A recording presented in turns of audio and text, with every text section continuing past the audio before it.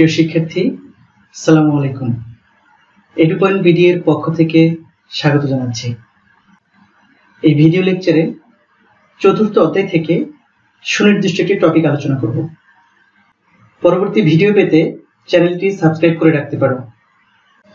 এই ভিডিও লেকচারে order list আলোচনা করব। চলো শুরুতেই শিক্ষণফল দেখে নিই।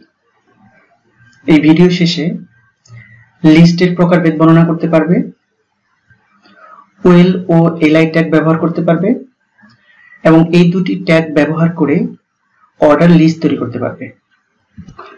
চলো শুরুতেই দেখে নেই লিস্ট বলতে কি বোঝায়।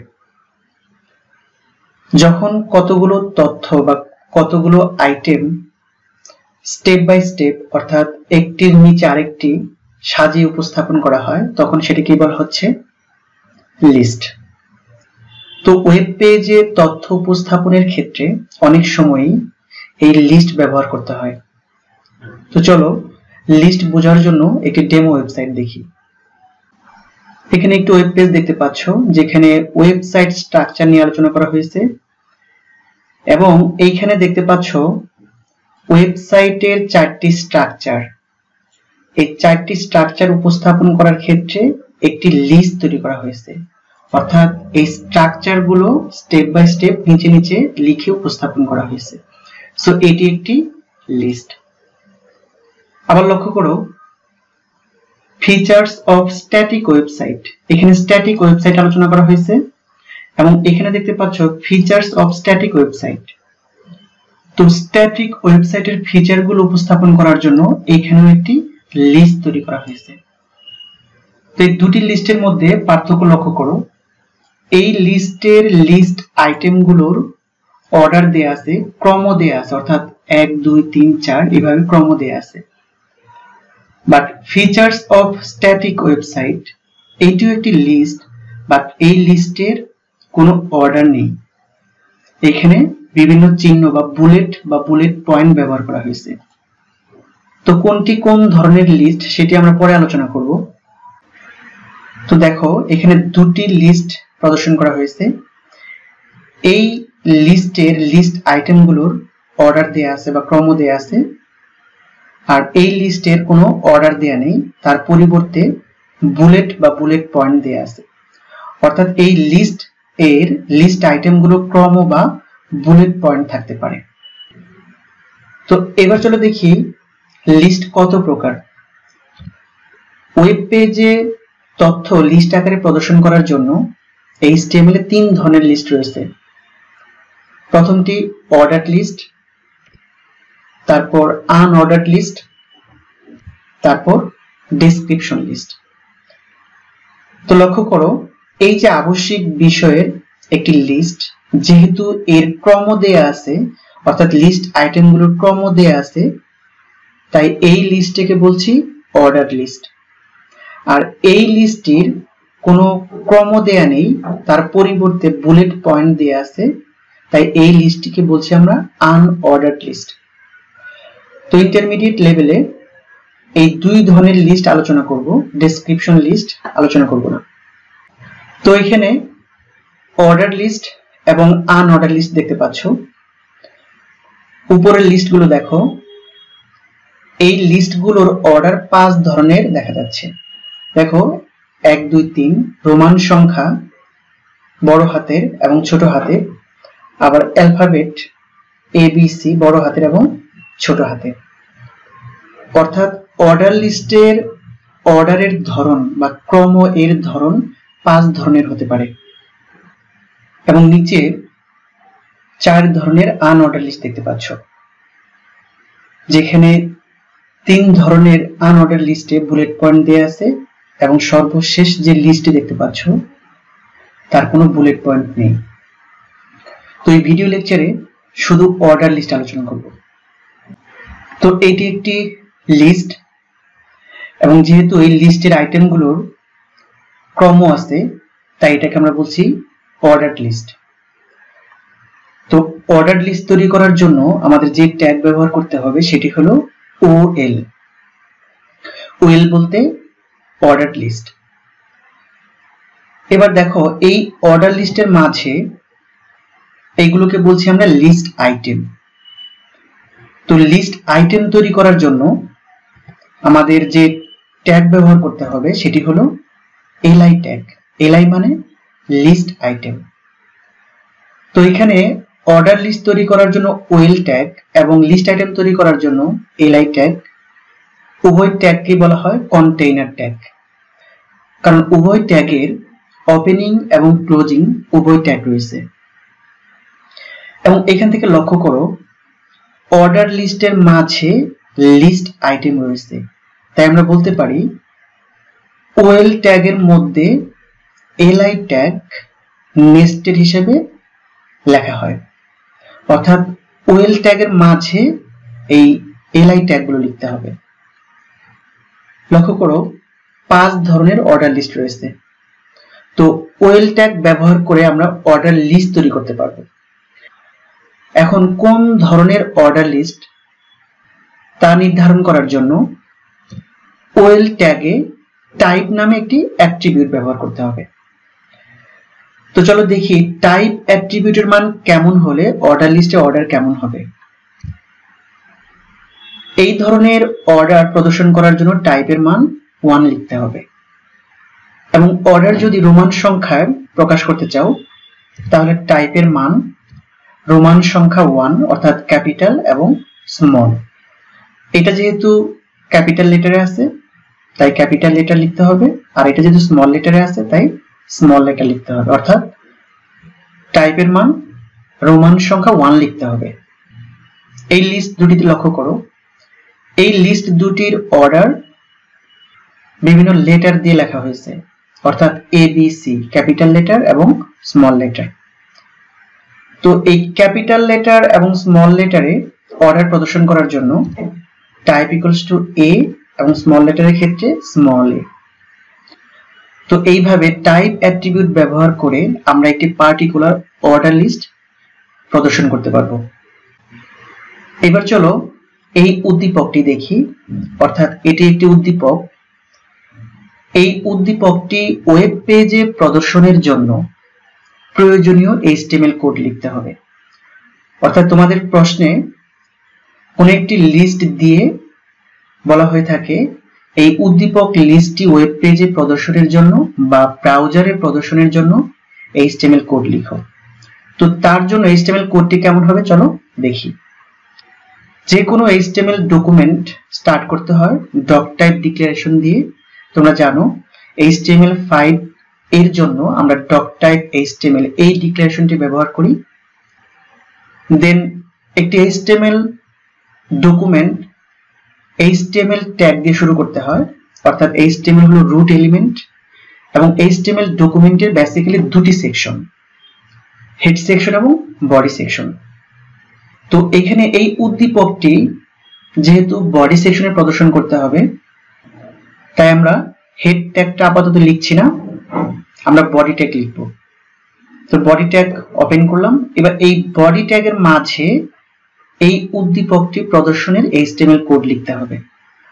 তো উদ্দীপকটি দেখতে পাচ্ছ একটি লিস্ট এবং এটি একটি অর্ডার লিস্ট, তাই আমাদের ওএল ট্যাগ ব্যবহার করতে হবে, এবং এই অর্ডার লিস্টের অর্ডার বা ক্রম এর ধরন বোঝানোর জন্য টাইপ অ্যাট্রিবিউট ব্যবহার করতে হবে।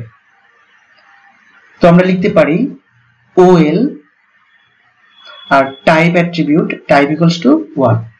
তোমরা জানো অ্যাট্রিবিউট সবসময় ওপেনিং ট্যাগে বসে, এবং ওপেনিং ট্যাগের নামের পরে স্পেস দিয়ে অ্যাট্রিবিউটগুলো লিখতে হয়। এবার এই অর্ডার লিস্টের মাঝে লক্ষ্য করো 3টি লিস্ট আইটেম রয়েছে। লিস্ট আইটেম তৈরি করার জন্য li ট্যাগ। তাহলে প্রথম লিস্টটি তৈরি করি, li ওপেন ক্লোজ, তার মাঝে যে লিস্ট আইটেমটি আছে সেটি লেখো বাংলা। এইভাবে 3টি লিস্ট আইটেম তৈরি করতে হবে। উদ্দীপকে যতগুলো লিস্ট আইটেম থাকবে ততগুলোই লিস্ট আইটেম তৈরি করতে হবে। এবার এই ওএল ট্যাগটা ক্লোজ করতে হবে। উদ্দীপক প্রদর্শনের জন্য কোড লেখা শেষ। এবার বডি ট্যাগটা ক্লোজ করতে হবে এবং সর্বশেষ HTML ক্লোজ করতে হবে। তো এই কোডটি হলো এই উদ্দীপক লিস্টটি ওয়েব পেজে প্রদর্শনের HTML কোড। এবার চলো এই লিস্টটি দেখি। তো এটিও একটি অর্ডার লিস্ট, আর অর্ডারের প্রকৃতি হলো রোমান সংখ্যা। তো আগের মতোই ডক টাইপ, তারপর HTML, তারপর বডি ট্যাগ। এটি যেহেতু একটি অর্ডার লিস্ট তাই বডি ট্যাগের মাঝে ওয়েল ট্যাগ লিখব। অর্ডারের প্রকৃতি যেহেতু রোমান সংখ্যা তাই টাইপ ইকুয়ালস টু রোমান সংখ্যা 1 লিখব। যেহেতু এটি ক্যাপিটাল লেটারে লেখা তাই আমরা ক্যাপিটাল লেটারে 1 লিখলাম। এবার এই অর্ডার লিস্টের মাঝে তিনটি লিস্ট আইটেম আছে, আগের মতোই তিনটি লিস্ট আইটেম লিখে দাও। এবার অর্ডার লিস্ট ক্লোজ করে দাও। আমাদের উদ্দীপকের জন্য প্রয়োজনীয় HTML কোড তৈরি করা হয়ে গেছে। এবার বডি ট্যাগ ক্লোজ করো, তারপর HTML ক্লোজ করে দাও। এটি হলো এই উদ্দীপক লিস্টটি ওয়েব পেজে প্রদর্শনে HTML কোড। এবার লক্ষ্য করো আগের লিস্ট আর এই লিস্টের মধ্যে পার্থক্য হলো আগের লিস্টের অর্ডার ছিল রোমান সংখ্যা ক্যাপিটাল লেটারে, আর এটি হলো স্মল লেটারে। অর্থাৎ এখানে শুধুমাত্র টাইপের মান রোমান সংখ্যা ক্যাপিটাল লেটার না লিখে স্মল লেটারে লিখতে হবে, অর্থাৎ স্মল লেটার 1 লিখতে হবে, বাকি সব একই। আশা করি এটি বুঝতে পারছো। এবার এই লিস্টটি দেখো, এই লিস্টটির অর্ডার ABC। তাহলে আমাদের কোডটি কেমন হবে? ডক টাইপ, তারপর HTML, তারপর বডি ট্যাগ। এবার এই বডি ট্যাগের মাঝে এই উদ্দীপকের জন্য HTML কোড লিখতে হবে। যেহেতু এটি একটি লিস্ট এবং এটি যেহেতু অর্ডার লিস্ট তাই ওয়েল ট্যাগ। আর এই ABC অর্ডারের প্রকৃতি বোঝানোর জন্য টাইপ ইকুয়ালস টু A লিখলাম। এবং এই অর্ডার লিস্টের তিনটি লিস্ট আইটেম আছে তাই আমরা li ট্যাগ ব্যবহার করে তিনটি লিস্ট আইটেম লিখলাম। এবার এই ওয়েল ট্যাগটা ক্লোজ করো। এর মানে এই উদ্দীপকের জন্য প্রয়োজনীয় HTML কোড লেখা হয়ে গেছে। এবার বডি ট্যাগটা ক্লোজ করো, HTML ক্লোজ করো। অর্থাৎ এটি হলো এই উদ্দীপক প্রদর্শনের জন্য HTML কোড। এবার লক্ষ্য করো এই লিস্ট এবং তার পূর্বের লিস্টের মধ্যে পার্থক্য হলো পূর্বের লিস্টের অর্ডারগুলো অ্যালফাবেটিক্যালি ছিল এবং সেটা ক্যাপিটাল লেটারে ছিল, আর এখানে অ্যালফাবেটিক্যালি আছে বাট স্মল লেটারে আছে। অর্থাৎ পার্থক্য হলো টাইপের মানটা স্মল a লিখতে হবে আর বাকি সব একই। আশা করি এটিও বুঝতে পারছো। তো এই ছিল 5 ধরনের অর্ডার লিস্ট। এবার এই তিনটি লিস্ট লক্ষ্য করো, যেখানে দেখতে পাচ্ছ এই লিস্টের অর্ডার একটি নির্দিষ্ট সংখ্যা থেকে শুরু হয়েছে, অর্থাৎ 1 থেকে শুরু না হয়ে 3 থেকে শুরু হয়েছে। এখানে রোমান সংখ্যা 1 থেকে শুরু না হয়ে 5 থেকে শুরু হয়েছে, এবং এখানে A থেকে শুরু না হয়ে D থেকে শুরু হয়েছে। অর্থাৎ কোন একটি অর্ডার লিস্টের ক্রম যদি একটি নির্দিষ্ট বা পার্টিকুলার কোনো মান থেকে শুরু করতে চাও সেই ক্ষেত্রে কি করতে হবে চলো দেখি। তো এই ক্ষেত্রে আমাদের আরো একটি অ্যাট্রিবিউট ব্যবহার করতে হবে, সেটি হলো স্টার্ট অ্যাট্রিবিউট।